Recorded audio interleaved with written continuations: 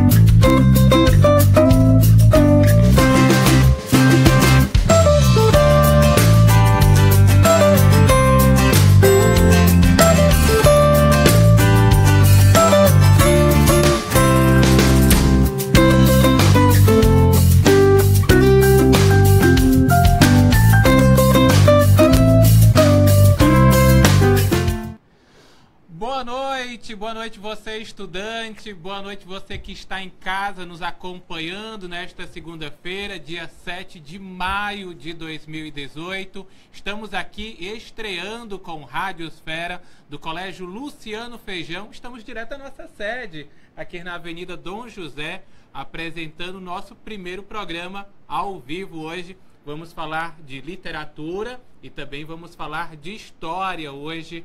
Aqui na nossa participação está comigo o professor Raul. Boa noite, professor. Boa noite. Gente, é um prazer imenso estar aqui com vocês, certo?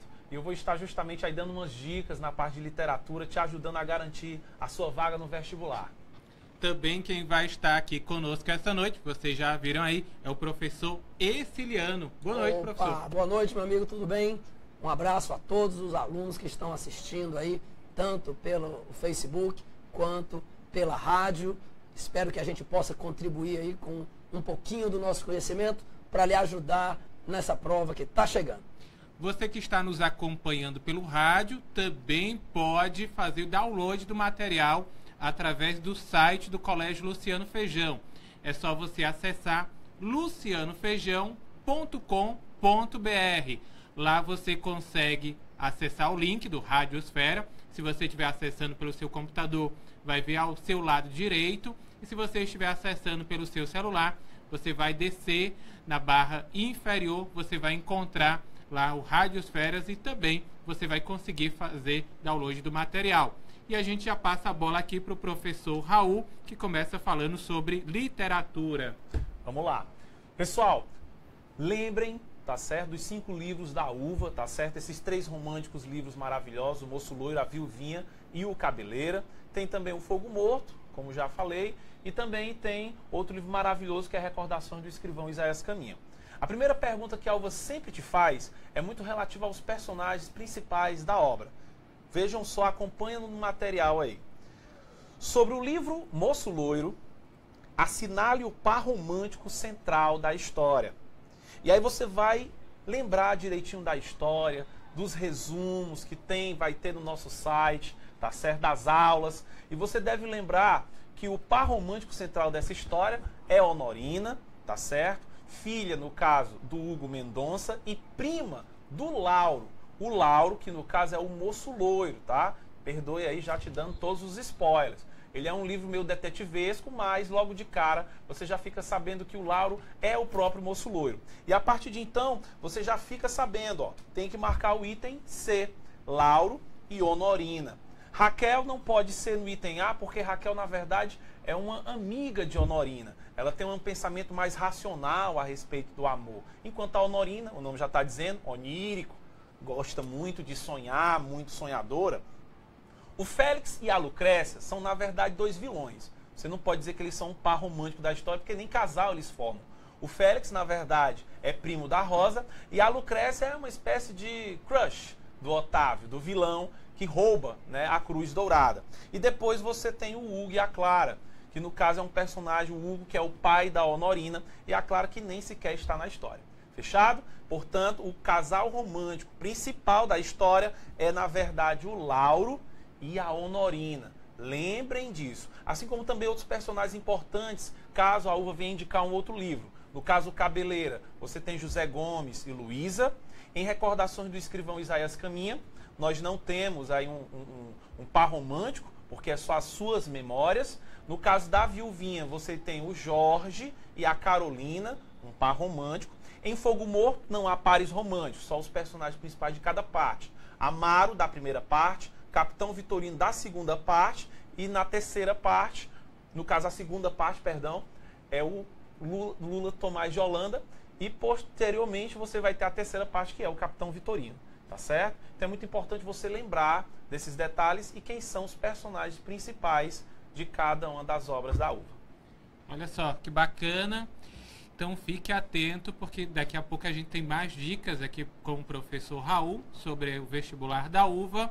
E agora nós vamos falar sobre história com o professor Exiliano. Já Opa! temos aqui a primeira pergunta de hoje. Vamos lá então para a nossa primeira questão. Vamos dar uma olhadinha aqui no item. As sociedades mudam suas práticas sociais e conservam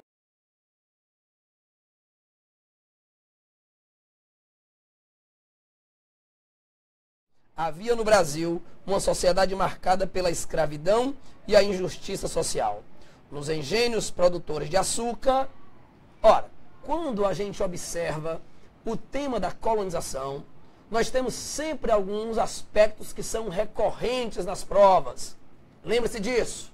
A estrutura econômica e a estrutura social. E, na verdade, essas duas estruturas, elas se complementam, né? A sociedade se organiza de acordo com a organização da economia e a economia se desenvolve de acordo com a organização social. Opa, então vai ficar fácil a gente entender a organização social se a gente partir da economia. Lembre-se que o Brasil é uma colônia de exploração, uma colônia de exploração agrícola. E todas as colônias de exploração agrícola adotaram o sistema plantation. Opa, Exiliano, lembra aí o que caracteriza o sistema plantation? Bem facilzinho, vamos lá. É um sistema que se baseia na monocultura. Um principal produto, no caso no Brasil, será a cana-de-açúcar. Se fundamenta na agroexportação, ou seja, a nossa produção agrícola é voltada para os interesses da metrópole. O latifúndio, grandes propriedades para poder gerar uma alta produtividade e alta lucratividade para a metrópole. E a escravidão. Ora, se nós temos uma economia que se baseia nessas características, fica fácil a gente entender a sociedade. Vamos lá. Se a economia é agrícola e se desenvolve nos engenhos, é óbvio que essa sociedade será uma sociedade rural. As pessoas viviam ou nos engenhos ou em suas proximidades. Um parênteses, existiam alguns núcleos urbanos? Sim, poucos, mas importantes. Eles serviam para a atividade comercial. Também, se você observa que essa economia, ela se baseia no latifúndio, é óbvio que a sociedade ela vai ser dominada pelo proprietário da terra. Então, essa sociedade ela vai ser patriarcal. O senhor de engenho detém todo o poder sobre a sociedade. E, por fim, se a economia é uma economia baseada na escravidão, a sociedade será uma sociedade escravocrata ou escravista. Durante o período colonial, a economia açucareira, quase tudo era feito pelos escravos. Tudo que fosse trabalho físico era feito pelos escravos. Os brancos desenvolviam apenas o trabalho intelectual. Então, dessa forma, quando a gente observa essa análise, vamos dar uma olhada no que diz a letra C, que é a nossa letra correta. Permanecem relações de poder patriarcais na vida social, sendo a riqueza produzida importante para Portugal e sua colonização. Então, é uma economia voltada para os anseios da metrópole. Não esqueça disso. Letra C é a nossa primeira questão. Ótimo, professor. Agora eu volto aqui para o professor Raul. Vamos dar continuidade aqui no tema com relação à literatura. Só fazendo um gancho rapidinho com o professor Exiliano, quando ele fala da questão dos engenhos, lembrando que tem um livro da uva que fala justamente desse assunto, que é fogo morto, certo? E fogo morto ele se trata justamente quando o engenho, professor, já está praticamente acabado, não tem mais produtividade, ou seja, é o declínio do engenho. E quando você fala nessa questão da sociedade escravocrata, nós temos vários personagens escravos dentro do livro, tá? Representado pela questão da cor negra, como o personagem Passarinho, tá certo? Que é um personagem alcoólatra, né? E temos também outros personagens como o escravo Domingos. E na segunda parte há também um flashback, tá certo? E esse flashback vai contar justamente como era o engenho de Santa Fé com os escravos. Era um engenho extremamente brutal, que maltratava os escravos e que logo após a libertação dos escravos perdeu sua credibilidade na região e acabou que virou um fogo morto, tá certo? Segunda questão de literatura. Nós vamos entrar agora no livro Cabeleira, tá certo? Pessoal, eu usei essa questão do Cabeleira para fazer relações com outros livros que a UVA vem a tratar na questão de literatura. É sempre muito comum as questões da UVA fazer relação de escolas literárias ou de livros que pertencem a mais ou menos a mesma classificação. Por exemplo, o fato do livro Cabeleira ser um livro regionalista, também ele vai querer, por exemplo, um outro livro regionalista. Ou se um livro é romântico, romance romântico, ele pode também perguntar sobre um outro livro romance romântico. E a partir de então é muito importante você lembrar, certo? Que para acertar essas questões, não é só saber o enredo dos livros, mas é também saber de outras obras que estão ali acerca daquele livro. Observe aí, ó. Ao relatar as aventuras de um bandido do interior de um estado brasileiro, Távora trazia à consciência de nossos escritores a diversidade das regiões do país, apresentando as especificidades do Nordeste. Abria caminho, portanto, para que no século XX surgissem obras como. Bom, e aí ele vai te perguntar justamente sobre uma determinada obra que vai ser lançada no início do século XX. Você deve lembrar que livros como, por exemplo, Esaú e Jacó, que tem aqui na primeira opção, ele é um livro pertencente ao realismo brasileiro. Portanto, ele ainda está dentro ali do século XIX. Depois você vai ter a Luneta Mágica, que é do Joaquim Manuel de Macedo, também do século XIX. E nenhum desses outros dois livros, do item A e do item B, são livros regionalistas. Mas Vidas Secas, aí a gente abre um parênteses, porque Vidas Secas foi lançado em 1938 pelo então escritor Graciliano Ramos. E aí você vai lembrar justamente que ele conta a história de uma família imigrante que chega em uma determinada região e termina o livro também tendo que se mudar, fazendo assim, completando o ciclo da seca, da miséria, da ignorância, que são temas que são abordados no Cabeleira. Lembrando que o Cabeleira trata também da origem do cangaço. A história vai se passar em 1779, tá certo? Então ele, no caso, pertence a um chamado romance romântico, regionalista, histórico de tese. É isso, olha só que bacana. Professor, e agora a gente vai falar sobre ditadura militar. Porra, pensa aí. Cara, essa questão vai cair, porque nós estamos fazendo 50 anos do AI-5. Então fique muito ligado. A partir de agora nós vamos começar a resolver questões que são efemérides, ou seja, né, que são fazendo data de aniversário. E a primeira vai ser sobre o AI-5. E quando a gente fala em ditadura, que na verdade a gente pode chamar não apenas ditadura, mas governo civil militar, porque não foram apenas os militares, havia todo um respaldo de uma sociedade civil burguesa ligada ao capital estrangeiro. Essa ditadura ela vai se estabelecer no Brasil por 21 anos.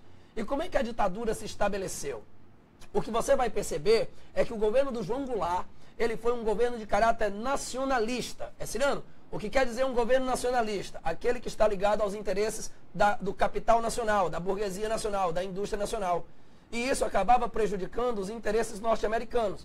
Haja visto que os norte-americanos haviam adotado uma política imperialista chamada de política da boa vizinhança, que era uma forma de investir no capitalismo em toda a América para impedir a expansão das ideias socialistas. Afinal de contas, a gente também não pode esquecer que em 1959 ocorreu a Revolução Nacionalista de Fidel Castro, Camilo Cienfuegos e Ernesto Che Guevara, e 2 anos depois, a Cuba acabou se aliando à União Soviética, tornando-se socialista. Então, olha o medo dos Estados Unidos. O Brasil podia estar indo no mesmo caminho.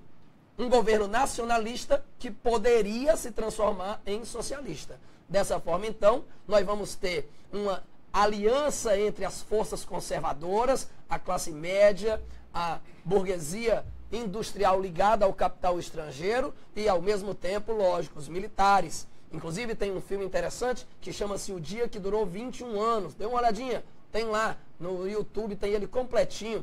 Ele é, então, um filme que fala de toda a articulação chamada Operação Brother Sun. É a operação do governo norte-americano para desarticular o governo do João Goulart e estabelecer uma ditadura, fazendo alianças com os militares e com a burguesia nacional. Porém, o que você vai ver é que essa ditadura ela não se estabeleceu de uma vez. A ditadura, ela cresceu aos poucos. Olhe para a sua mão, cada dedinho vai ser um presidente, ok? Então você começa, Costa e Silva, você começa com Castelo Branco, Costa e Silva, o dedo médio é o dedo Médici, é o presidente Médici, Geisel e Figueiredo. Isso quer dizer que a ditadura ela vai crescendo aos poucos e quando ela cai de uma vez. Ciliano, e por que a ditadura se estabeleceu aos poucos? Porque oficialmente não era uma ditadura. Oficialmente era um governo de exceção. Era um governo que iria gradualmente apenas retirar algumas liberdades, alguns direitos, para poder garantir a estabilidade política e econômica nacional. Essa era a justificativa. Ordem e progresso. Só pode haver progresso, crescimento econômico, se houver ordem. Então, a ditadura, o golpe militar, ou a revolução gloriosa, como os militares chamam, ela servia para poder garantir essa ordem e, dessa forma, garantir o desenvolvimento econômico. Ora, então, aos poucos, a repressão foi retirando nossos direitos através dos atos institucionais. Os atos institucionais, eles eram, então, leis que entravam em vigor imediatamente, retirando, assim, os direitos constitucionais da nossa Constituição em vigor, que era a Constituição de 46. Como não dava tempo de fazer uma Constituição em 2 dias, então a gente vai quebrando aos poucos esse processo democrático. Destaca-se 2 atos institucionais. Aí você não esquece, né? Aí 2 partidos. Estabelece o bipartidarismo. Você tem o fim dos antigos partidos políticos e se estabelece apenas 2 agora. A ARENA, Aliança Renovadora Nacional, que era o partido de apoio ao governo ditatorial, e o MDB, que era o Movimento Democrático Brasileiro, que era o partido que fingia ser oposição. Por que tu dizia fingia, Ciliano? Porque quem era oposição de verdade foi gentilmente convidado a se retirar do Brasil, sendo exilado, sendo preso, sendo torturado. Então, o AI-2, ele acaba com o pluripartidarismo e estabelece o bipartidarismo. E o AI-5, a partir do momento que as liberdades foram sendo retiradas gradualmente, você vai ter uma reação da sociedade. Políticos de um caráter mais liberal, você tinha estudantes de direito, de filosofia, de história, você vai ter então uma classe média, digamos, liberal, que tinha uma visão mais aberta. Esses vão começar a questionar a perda dos seus direitos. E aí, como você vai ter uma série de mobilizações artistas, né? Essa série de mobilizações acaba fazendo com que o regime venha com tudo. Aí vem o AI-5.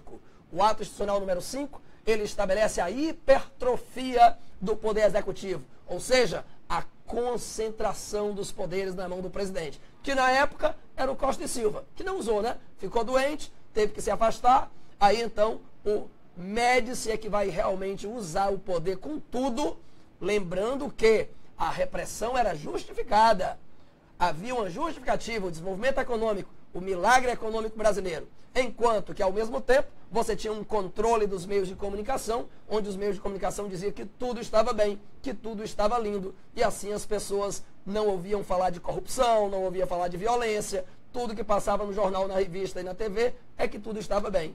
E quando uma verdade é dita, uma mentira é dita 1000 vezes, ela se torna verdade. As pessoas acreditavam que não havia corrupção, que não havia violência, mas o que havia era um controle desses meios de comunicação. Então, quando a gente observa os itens, vamos dar uma olhadinha no item correto. Letra E.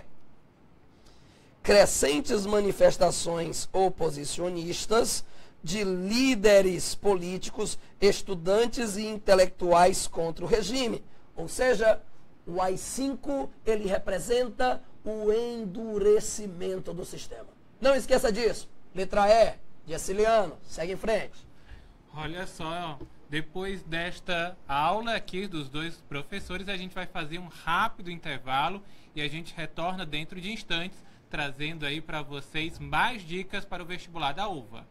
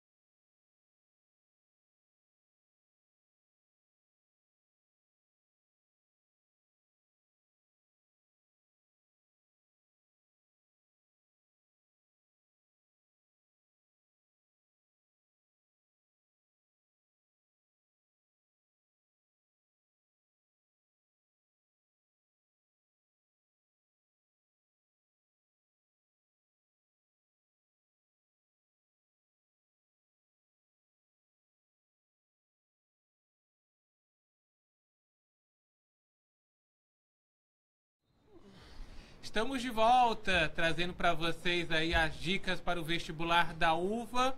E já está aqui conosco através do Facebook, Auria Neves, obrigado pela audiência, a Ana Carla, também o Madison Linhares nos acompanhando. E a gente tem uma pergunta da Emily Lopes Braga, que pergunta para você, professor Exiliano.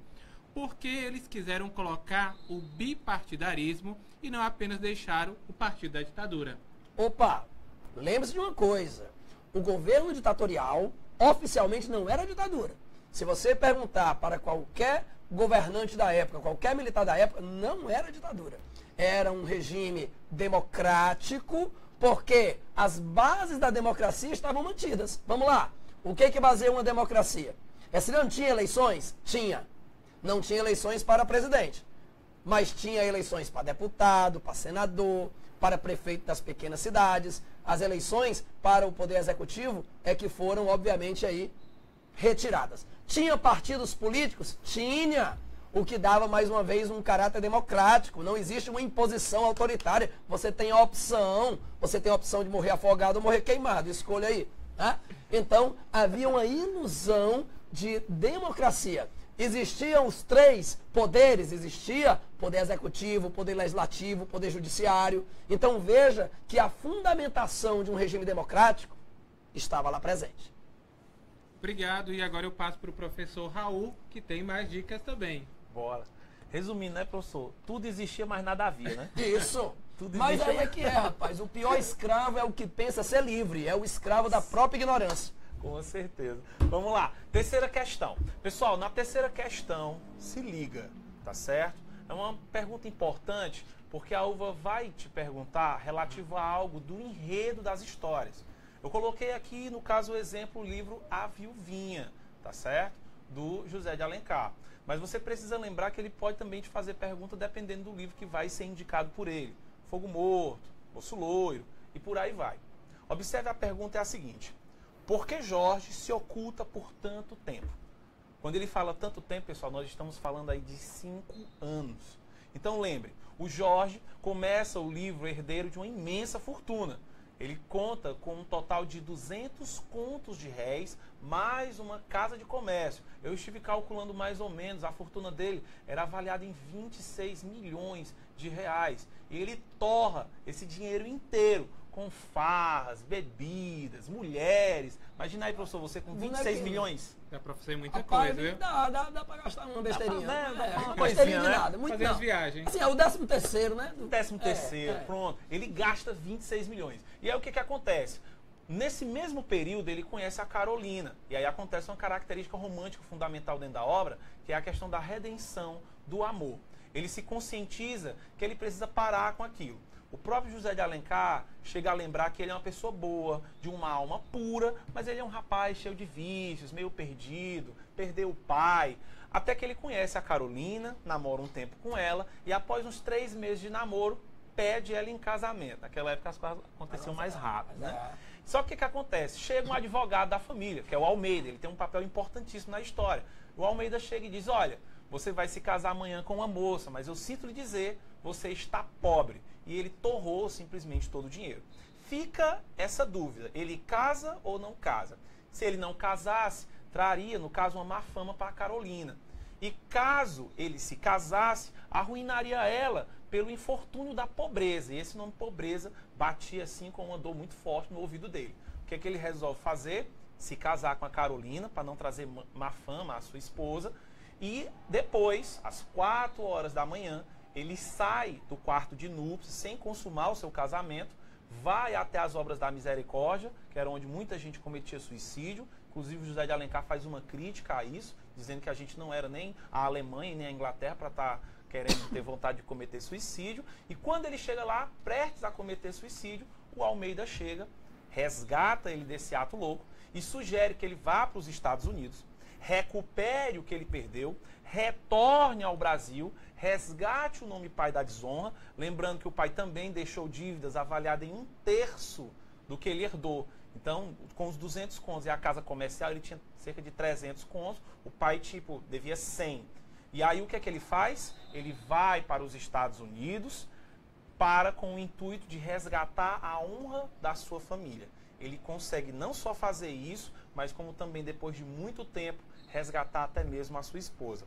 Portanto, quando você vai olhar para as opções, você vai encontrar o item A, que diz, para resgatar a honra da família. Acima de tudo, a família, tá certo? Embora a temática central, se a Alva vier te perguntar, é o amor, a redenção do herói pelo amor. Nós temos um caso de um rapaz meio perdido, meio, digamos assim, equivocado, que gasta esse dinheiro desmedidamente, mas que depois se redime, consegue reestruturar-se financeiramente, consegue recuperar o nome do pai e consegue o final feliz.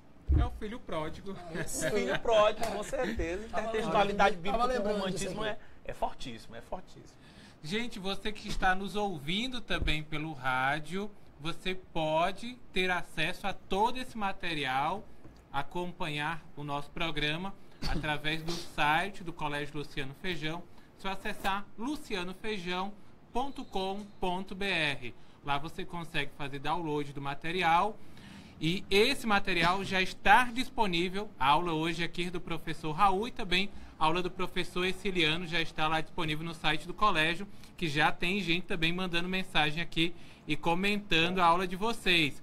O Lucas colocou aqui ótimos professores. Obrigado, Lucas. E também a Laiana está dizendo que vocês estão aqui dando um show e parabenizando o Colégio Luciano Feijão pela iniciativa.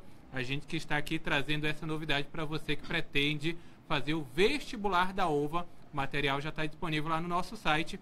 E agora a gente vai falar com o professor Exiliano sobre os 30 anos da Constituição. Opa, passa rápido. Rapidinho, não?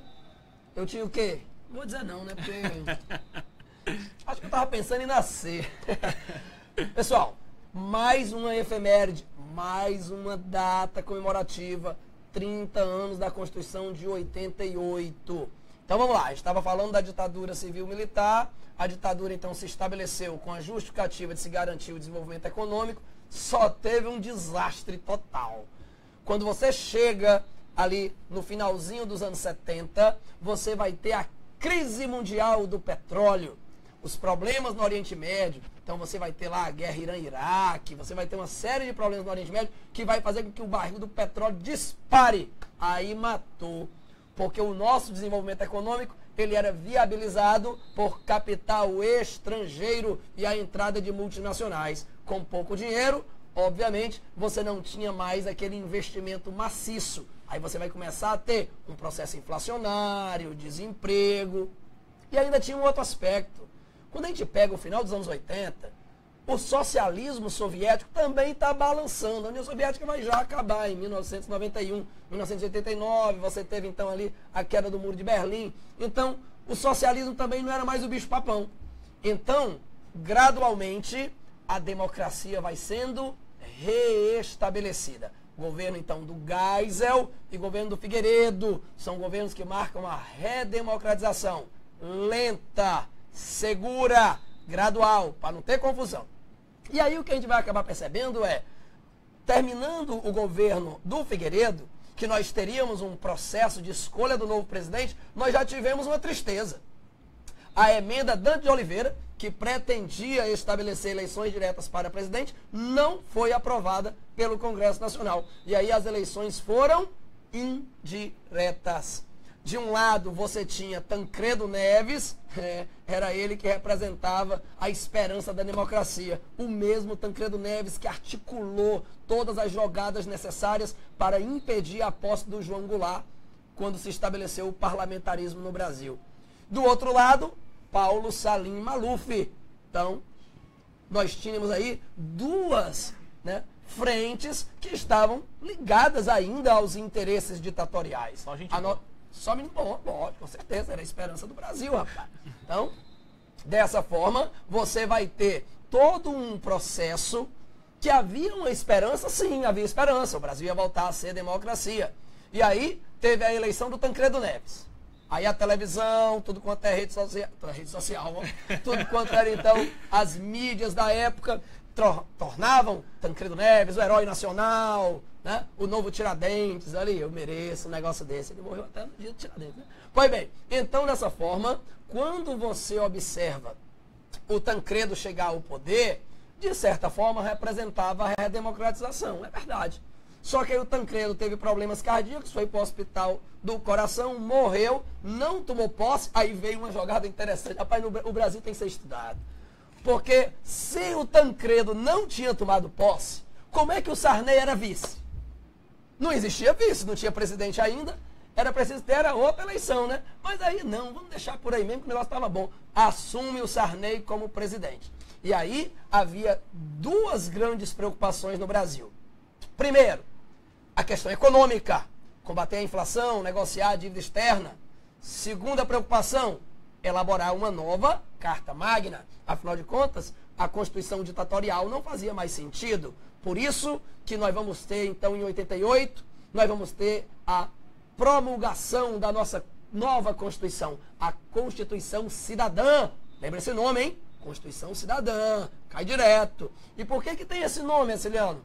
Porque ela, além de manter direitos, como direitos trabalhistas, como habeas corpus, ela ainda trouxe inovações sensacionais, como o habeas data, que é o seu direito à informação, como a possibilidade de se estabelecer reforma agrária em terras improdutivas mediante indenização e também o estabelecimento do racismo, o racismo como um crime inafiançável e imprescritível. Cuidado para você não confundir aí racismo com injúria racial, O racismo é quando você impede o indivíduo de exercer a sua cidadania através da questão racial. A injúria é simplesmente você chamar alguém, por algum termo pejorativo. Então, dessa forma, a nossa Constituição, ela veio massa. A nossa Constituição, pessoal, ela é uma das mais democráticas do planeta. O problema do Brasil não é lei, não. A nossa lei é massa.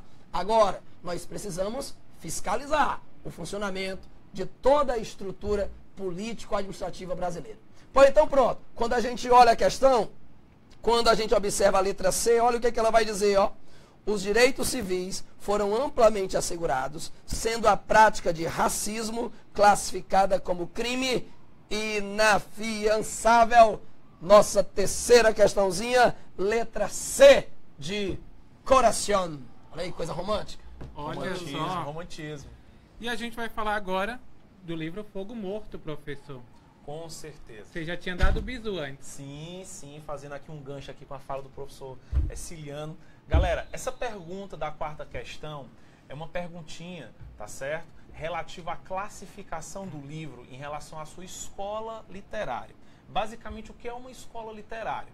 É um determinado período em que há um movimento, em que vários escritores, um determinado grupo de escritores, escrevem determinadas obras com características parecidas, tá certo? Então nós vamos ter, por exemplo, no Brasil, escolas de caráter estilístico, que são as escolas que escrevem com base nas caracterizações literárias, e escolas de caráter temporal. né? Por exemplo, o quientismo, que vai de 1500 a 1601, ela é uma escola de período temporal. Já o barroco, ele é um período de escola estilística, remete ao estilo.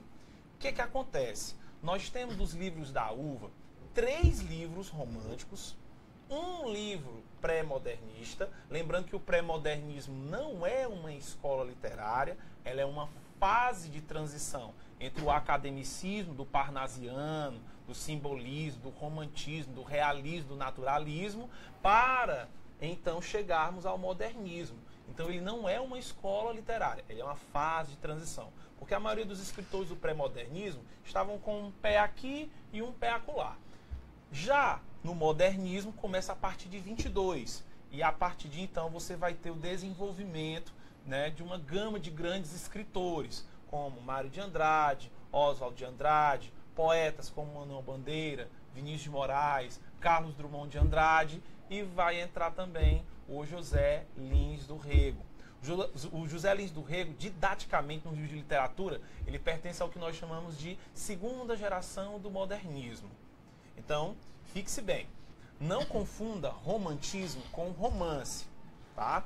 Não é, por exemplo, quando você chega no cinema e vai assistir, aí tem lá, gênero, romance. Para a literatura é outra coisa. Para a literatura, o romance, ele é, na verdade, um gênero. Aí, a partir de então, você vai ter os subgêneros do romance. Você vai ter o romance romântico, o romance de ficção, o romance realista, o romance naturalista. Então, o que acontece? No livro A Viuvinha e no livro Moço Loiro, ambos são livros românticos, romance romântico urbano. Porque tanto o livro A Viuvinha quanto Fogo Morto se passam no século XIX e eles são ambientados no Rio de Janeiro, ok?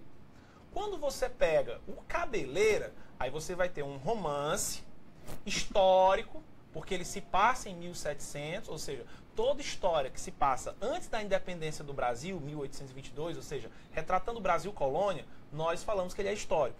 Ele é regionalista, porque ele se passa no interior, né, de Pernambuco, e ele é de tese, porque ele tem uma crítica social, alegando o caso que a ignorância, a violência, vem da miséria e da pobreza. Inclusive, no final do livro, ele faz uma crítica à pena de morte. Depois você tem o pré-modernismo do Lima Barreto, tá certo? E aí, pessoal, fica uma dica importante. Relativa a essas classificações, deem uma olhada também, uma pesquisada em acontecimentos históricos que ocorreram durante esse período. Por exemplo, nos 3 livros românticos é importante você pesquisar sobre o que aconteceu no século XIX. Eventos históricos do século XIX, principalmente do segundo reinado de Dom Pedro II. Na parte do pré-modernismo... Só uma ajudinha. Vai. Industrialização, café, imigração.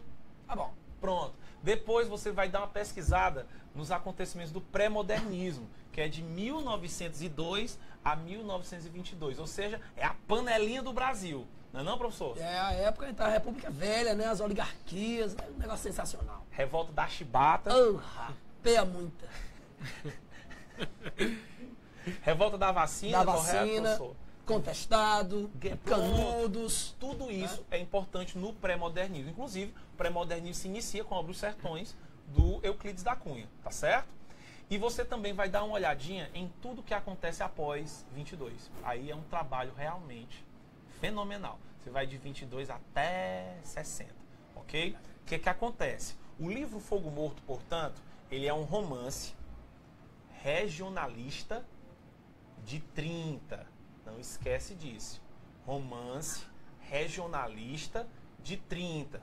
Ou se você quiser, também é um romance modernista de 30. Você pode encontrar essas duas opções. E aí, meu amigo, você não conta conversa. Você marca a opção da letra C.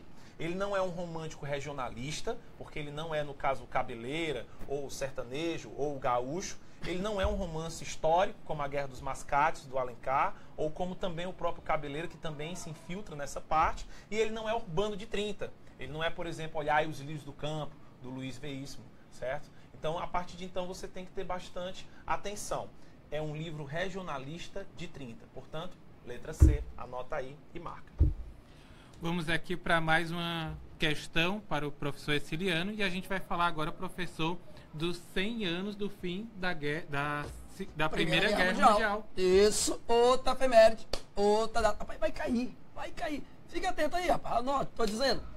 Quando a gente fala de Primeira Guerra Mundial, pessoal, vamos lembrar de uma coisa. As transformações ocorridas na Europa no século XIX. Século XIX, você vai ter o que a gente então chama de Primavera dos Povos, né? Vai ser o quê? Uma série de movimentos liberais. Você vai ter as revoluções liberais na França em 1830 e 48, você vai ter a unificação da Itália, a unificação da Alemanha, sem também deixar de perceber que ao mesmo tempo você está tendo o processo de industrialização dos Estados Unidos como consequência do fim da Guerra da Secessão, quando o Norte venceu o Sul, e também você vai ter todos os investimentos da Inglaterra no seu processo de industrialização, já que a Inglaterra é industrial desde o século XVIII. Então, o que a gente está vendo? A gente está vendo um bocado de país agora industrializando-se. E aí, esses países industriais, eles vão precisar de 4 coisinhas. Matéria-prima, mercado consumidor, fonte de energia, mão de obra barata. Por isso que essas potências, elas capitalistas, elas vão em busca dessas regiões para explorar. No caso, a Europa, os países europeus vão dominar a África e a Ásia, e no caso, os Estados Unidos mantêm sua política imperialista em cima da América. É a época da política do Big Stick, o grande porrete, o grande cacete, onde os americanos tinham o direito de promover intervenção sobre os Estados aliados. Mas a Primeira Guerra, ela vai ser um cenário europeu. Olha o que acontecia. Você tinha a Inglaterra. A Inglaterra como grande força econômica mundial. A maior potência. Na época, a Inglaterra era conhecida como a máquina, a oficina do mundo, porque a Inglaterra produzia para todo mundo. É a era vitoriana, século XIX. Então a Inglaterra tem uma produção imensa. Mas o que aconteceu? Surgiram concorrentes. Surgiu a Itália, surgindo já como um país. Torcendo pela azul ou não? Bela tchau, bela tchau. Aí nem para a Copa, porque... Pois bem, aí dessa forma, você tem a Itália surgindo como uma força econômica e você tem a Alemanha. Aí a Alemanha, sim. Na Alemanha. Para a Alemanha, você tem que 7 a 1, estudar a Alemanha. né? Tem isso também, né? Pois não. Mas aqui, voltando para a história da... A Alemanha foi sensacional. Olha como é que a Alemanha se unifica. Eram 38 estados independentes. Aí você vai ter uma aliança comercial chamada Zollverein, que era o comércio entre todos eles sem pagar imposto. Então, com isso, o comércio e a indústria cresceu bastante.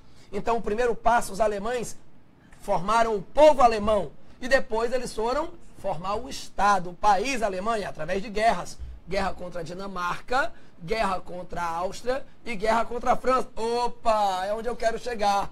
A guerra contra a França é a disputa por uma região chamada Alsácia e Lorena. Uma região rica em minérios, muito ferro. E para quem está se desenvolvendo a sua indústria, é lógico que uma região rica em minérios é sensacional.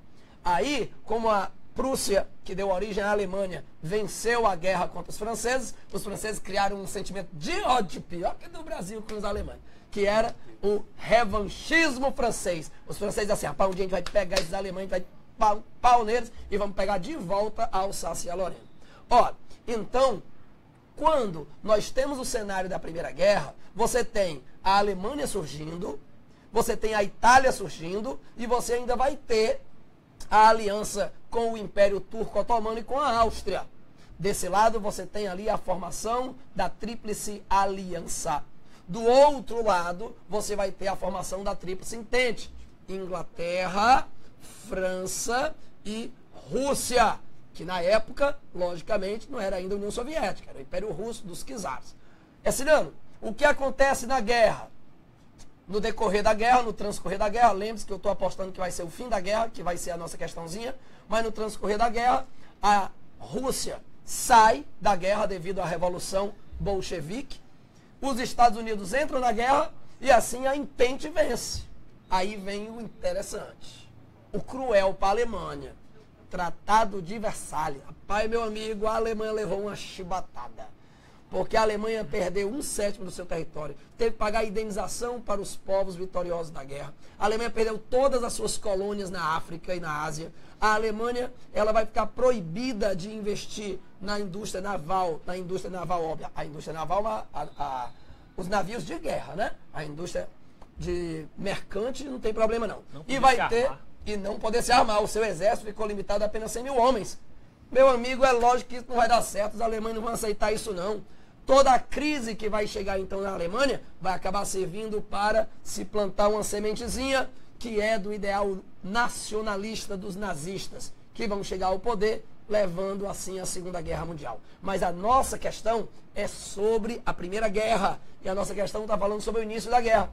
E o causador da guerra foi a Alemanha. A Alemanha que surgiu como uma ameaça para a França e principalmente uma ameaça para a Inglaterra. Ora, então quando a gente vê os itens, vai ser a letra C de coração de novo. O negócio está combinado, ó. Pela Alemanha, recém-unificada, em rápido crescimento industrial e capaz de desafiar o poderio inglês. CCDCC. Passa em frente. Passo para frente, vamos fazer um rápido intervalo, mas antes do intervalo também avisar para você que nos acompanha que o Colégio Luciano Feijão é campeão de aprovação no vestibular da UVA, por isso que nós estamos com esses dois feras hoje aqui ao meu lado, dando aí para vocês as dicas do que pode cair no vestibular. E se você quer mais dicas sobre o vestibular, você pode participar também do nosso aulão do vestibular da UVA 2018.1. Vai acontecer dos dias 18 e 19 de maio, aqui no Colégio Luciano Feijão, das 18 às 22 horas. Você pode se inscrever na tesouraria aqui do Colégio Luciano Feijão para que você venha assistir o aulão desses feras e também dos outros professores que vão dar um show, passar para vocês as principais dicas do vestibular da UVA. Você se inscrevendo o quanto antes, você também vai garantir o seu kit fera com a camisa para que você possa ir caracterizado aí no dia do vestibular da UVA. E a camisa eu já vi, professor, tá muito bonita a camisa deste ano e você já pode garantir, viu? Que era a minha. Aí Pronto, sim. garanta o quanto antes aí Fica mais a sua bonito presença, ainda. mais bonito para chegar lá no dia da prova. Vem aqui se inscrever, daqui a pouco a gente retorna com as últimas perguntas e as últimas dicas para o vestibular da UVA.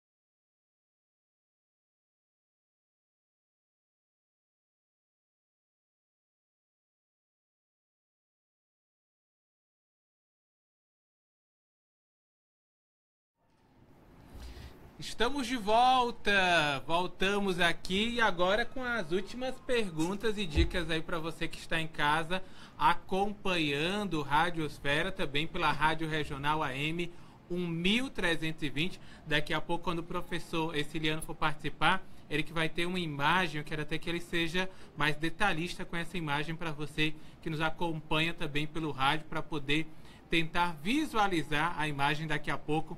Aí o professor Exiliano tem também uma das últimas dicas dele. Mas antes do professor Exiliano, eu vou passar aqui para o professor Raul, que vai também trazer aí também o seu último tema de hoje. Minha última questão. Como diriam, a saideira. Certo? Pessoal, nós vamos entrar agora no livro Recordação do Escrivão Isaías Caminha. É um nome grande, é uma história maravilhosa. Ele traz uma temática moderna, tá certo? Apesar de ser um pré-moderno, mas a forma como ele aborda o assunto é muito interessante, tá certo? E várias críticas sociais são construídas ao longo do livro. Lembrando que a história tem um pouco de autobiografia do próprio escritor, que é o Lima Barreto, nasceu negro, numa sociedade que ainda era extremamente preconceituosa, certo? Tentou a vida inteira entrar na Academia Brasileira de Letras, não conseguiu, era alcoólatra, depressivo, o pai foi também hospitalizado várias vezes no manicômio, por isso tem alguns livros, né, como O Triste Fim de Policarpo Quaresma, ele fala dessa questão médica, hospitalar, mental. E aí o que que acontece? Nós vamos ter o seu livro de inauguração, de romance inaugural, lançado a partir de 1908, tá certo? Que é a recordação do escrivão Isaías Caminha. O livro vai tratar justamente de um rapaz chamado Isaías Caminha. Ele faz uma intertextualidade bíblica, quando lá na Bíblia, no livro de Isaías, vem, vai Isaías, caminha. E aí justamente ele fala muito isso, Isaías, eu caminhava. É todo um percurso que ele vai fazer na cidade do Rio de Janeiro. E é interessante como ele desmistifica muita coisa. Por exemplo, ele chega na cidade do Rio de Janeiro e acha a cidade muito feia. A Rua do Ouvidor, que era uma rua adorada, falada, portanto, naquela época do século XIX e início do século XX, ele diz que é uma cidade suja, de gente feia, de gente que anda descalça. Mas a temática central vai se constatar em uma crítica feroz ao jornalismo daquela época. Não ao nosso jornalismo maravilhoso aqui nesta rádio, certo? Mas ele vai ser cruel em relação ao jornalismo. E ele vai dar uma frase que eu quero que você guarde muito bem, porque essas temáticas desenvolvidas aqui por mim, pelo professor Erciliano, podem servir também de repertório para a tua redação. Então anota, faz anotação de repertório, de citações. Ele chega a dizer em um dos capítulos que a imprensa é, na verdade, o quarto poder fora da Constituição. Observe a força que o jornalismo ele vai ter. E ele vai acabar, no meio daquela sua aventura, digamos assim, ele chega com uma carta de encomenda, certo? Para ele se encontrar com o tal deputado Castro. Ele fala de questões raciais, fala de questões políticas, fala de questões sociais, mas a principal é relativa à imprensa. E ele vai trabalhar num jornal chamado O Globo.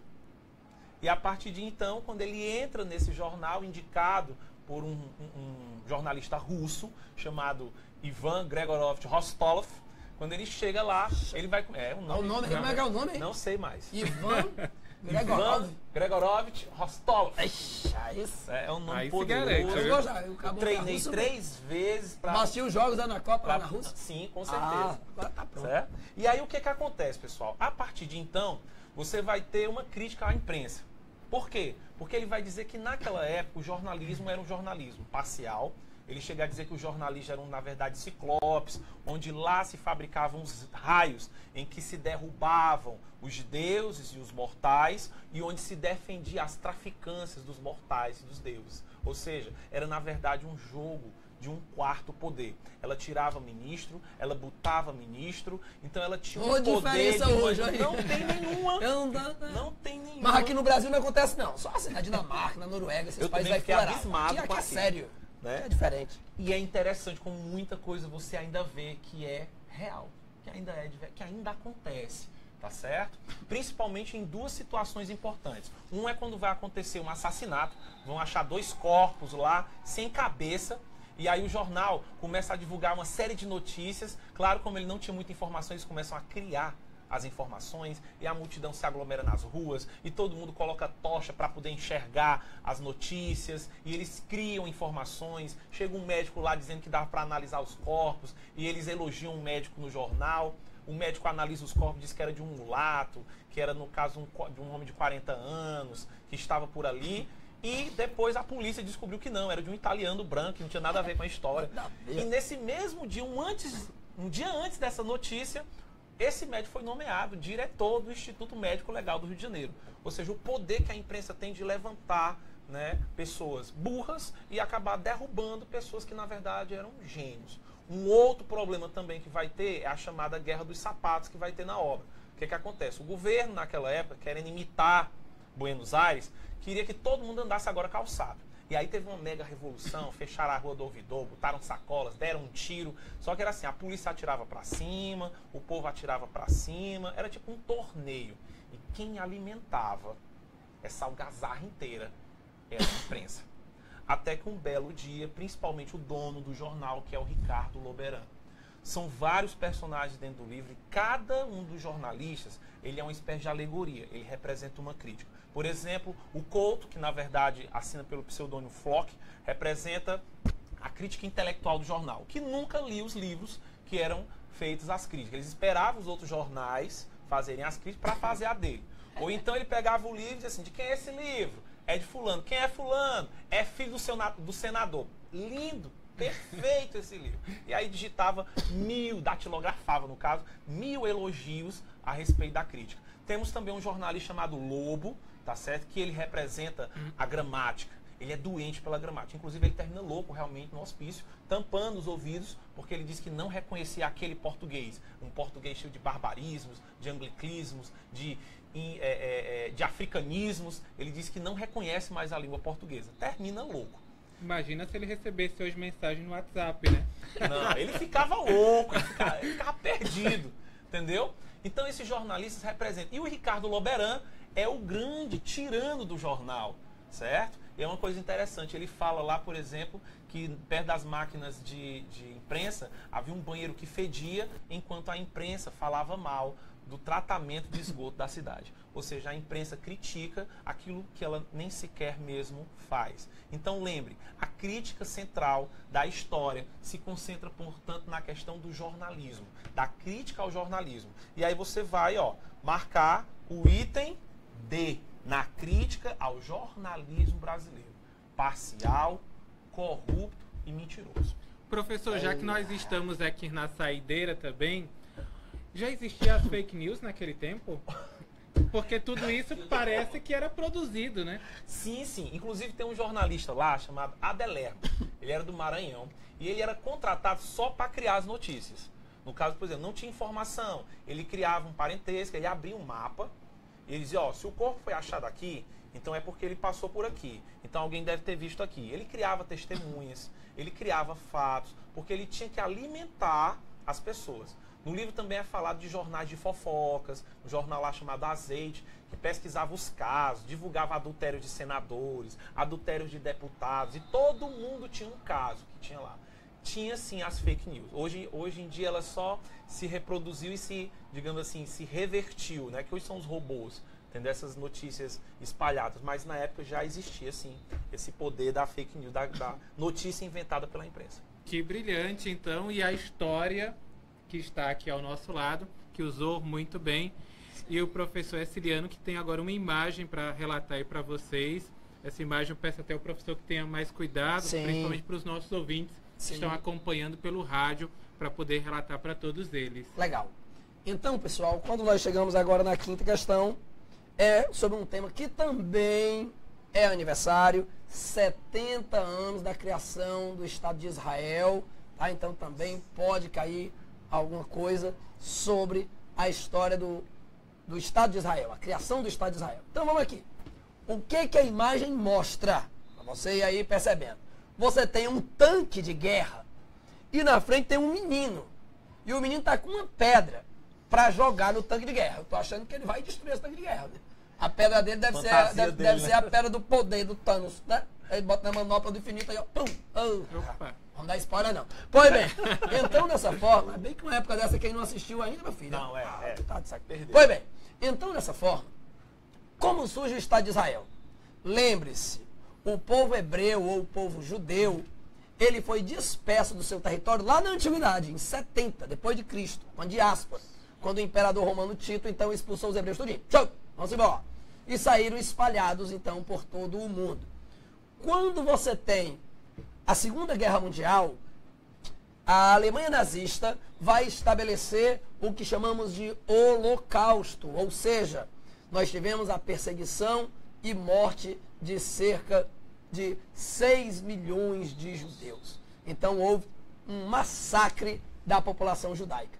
E quando a guerra acabou, que vieram as notícias falando da existência dos campos de concentração, dos campos de extermínio, acabou se criando uma condição favorável para a formação do Estado judeu. Uma vez também lembrando que os judeus eles eram muito importantes porque eram muito ricos. Então você pega os principais banqueiros, os principais industriais que viviam na Inglaterra, que viviam nos Estados Unidos, eram judeus. Então havia também uma grande pressão aí, econômica para a criação do Estado de Israel. Por outro lado, interesse dos Estados Unidos, uma vez que a região onde fica Israel, a região do Oriente Médio, é rica em petróleo. A questão é, Ciliano, e os árabes que já estavam lá? Porque os árabes ocuparam a região do Oriente Médio a partir do século VII, depois que você teve então ali as jihads, a guerra aos infiéis pelos muçulmanos dentro de um processo de expansão do Império Islâmico. E aí o que fazer com os árabes? Cara, a definição é o seguinte, seria criado um Estado de Israel e seria criado o Estado árabe. O que nunca foi criado, estava esperando ter uma hora dessa. Uma hora dessa não foi criado o Estado árabe ainda não. Tá?